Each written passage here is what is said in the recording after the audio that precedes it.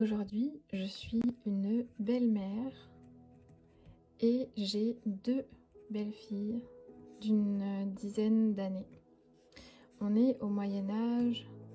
Il y a une des 2 filles avec qui je m'entends particulièrement bien. On a une relation d'amour bienveillante, très stable.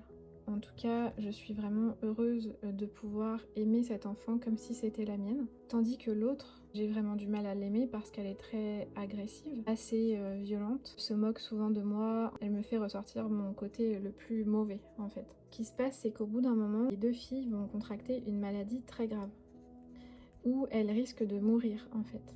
Le médecin nous dit le seul moyen, c'est de les mettre dans l'eau chaude et de frotter très fort.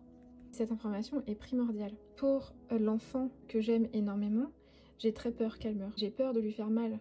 Et donc je fais ce que le médecin m'a dit. Je fais très attention à mes gestes en fait.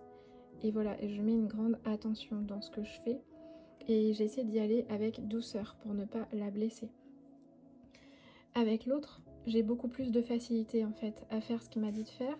Parce que comme on n'a pas vraiment de relation, et s'il y en a une, elle est quand même assez désagréable, je fais ce que le médecin m'a dit de faire sans réfléchir. Je m'en fiche un peu de savoir si elle a mal, j'y vais quoi. J'y vais et j'y vais franco.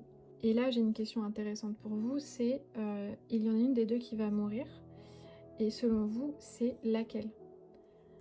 Et je vous laisse faire pause ici dans la vidéo si vous avez envie de déceler votre langage de l'amour inconscient. Faites celle qui meurt, évidemment, c'est celle que je ne voulais pas qui meure.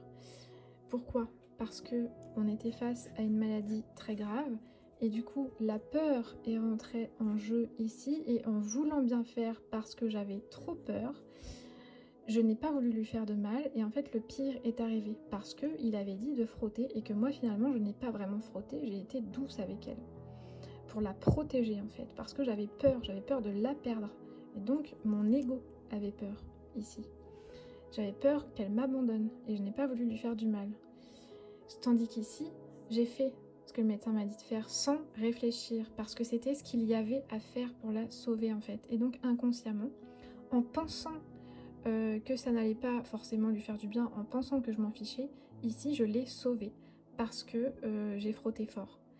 Et voilà, et c'est intéressant de voir ici quels sont nos biais inconscients. Parfois, la peur de faire mal devient finalement un énorme blocage. Je suis curieuse d'avoir vos retours en commentaire et dites-moi ce que vous en avez pensé. Je sais que vous aimez bien les schémas. Je vous souhaite une bonne soirée, je vous dis à très bientôt.